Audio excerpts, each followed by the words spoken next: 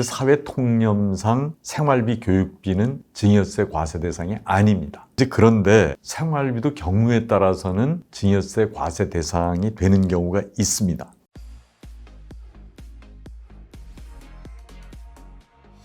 안녕하세요. 행복한 상속의 홍순기 변호사입니다. 지난번까지는 구독자분들의 질문을 중심으로 영상을 찍었었는데요. 이번에는 여러분들이 궁금해하시는 사례들을 중심으로 좀 영상을 제작을 할까 생각 중입니다. 아직까지 구독자가 아니시면 구독, 좋아요 눌러주시면 감사하겠습니다. 이번 시간에는 여러분들이 많이 궁금해하시는 건데 그 생활비 송금이 증여세 대상인지 그 부분에 관해서 판례하고 이런 것을 좀 들어서 말씀을 드리는 것으로 하겠습니다. 우선 그 사례를 좀 말씀을 드리면 그 지방 거주 A씨는 자녀가 서울에서 공부하고 있어서 매월 생활비를 송금하고 있다. 송금 기간이 7년 이상이 되었고 자녀도 절약하는 편이어서 송금한 돈이 상당히 남아있다. 좋은 투자처가 있어서 권유하려고 한다. 그러니까 부모의 입장입니다. 그러니까 생활비를 외지에서 공부하는 자녀에게 많이 송금을 했을 때 그게 나중에 이제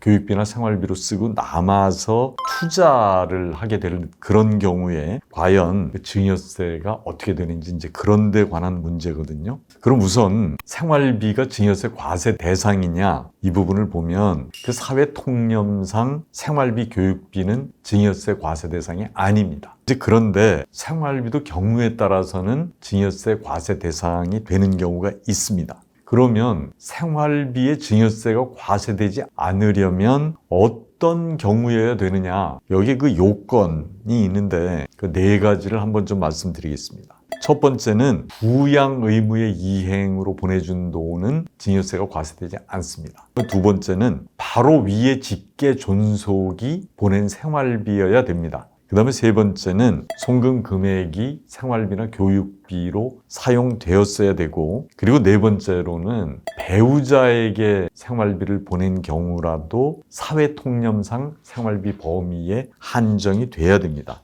이게 이제 네 가지 요건인데요. 그럼 이제 한 가지씩 좀 말씀을 드리면 첫 번째는 부양 의무의 이행. 그러려면 부양 의무자라는 게 우리 민법에는 직계 혈족 간만 부양 의무가 있습니다. 예를 들면 이제 부모, 자식이 대표적인 거죠. 그 판례를 하나 보면 이제 아들이 외국에서 공부를 하고 있는데 수입이 없잖아요.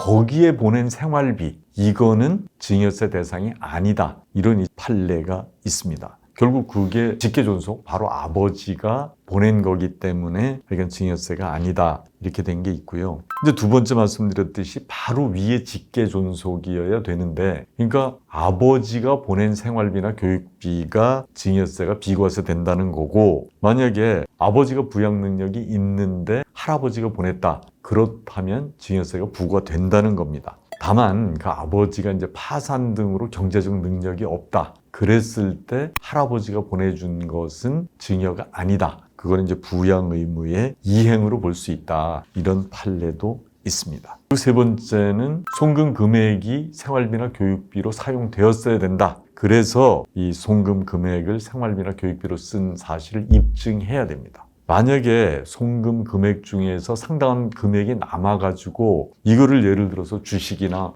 부동산에 투자를 했다. 그런 경우에는 증여세가 과세된다고 보시면 됩니다. 그리고 이제 네 번째, 배우자한테 생활비를 주는 경우에도 그게 사회통념상 생활비다. 그랬을 때만 증여세가 부과되지 않는다는 거죠. 부부 사이의 판례는 여러 가지가 있는데 그 부부 사이에 금전이 오고 갔다고 하더라도 그게 뭐 공동생활의 편의, 그 다음에 또 하나는 자금을 위탁해서 관리할 수 있잖아요. 근데 생활비, 여러 가지 이유가 있는데 단순히 남편 계좌에서 부인 계좌로 돈이 이체가 됐다. 이거는 이제 목적이나 사용처를 잘 따져서 그게 증여세 부과 대상인지 아닌지 결정을 해야 되고 또 본인 당사자들도 그 부분에 관해서는 소명할 만한 자료를 가지고 있어야 된다. 이런 얘기입니다. 그 이제 기존의 판례를 보면 생활비를 송금했는데 그거 가지고 정기 적금 들고 예금도 하고 이랬을 경우에 또 부인 이름으로 적금도 들고 이랬을 경우에는 과세된 경우가 있고요.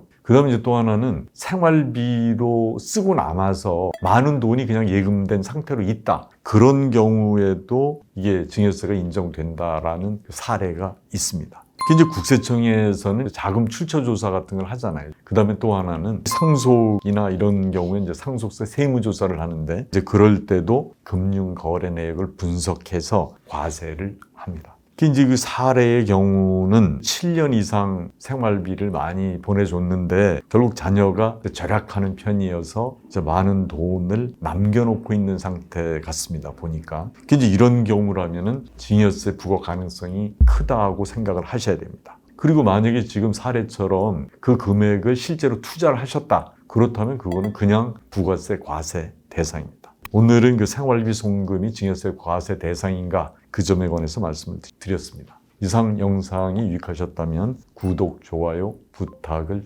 드리겠습니다. 그리고 다음 시간에는 이거하고 아주 비슷한 사례이긴 한데요. 그 부부간의 수억 원대의 금전 거래하고 세금은 과연 어떻게 되는 건지 그 점에 관해서 말씀을 드리도록 하겠습니다. 감사합니다.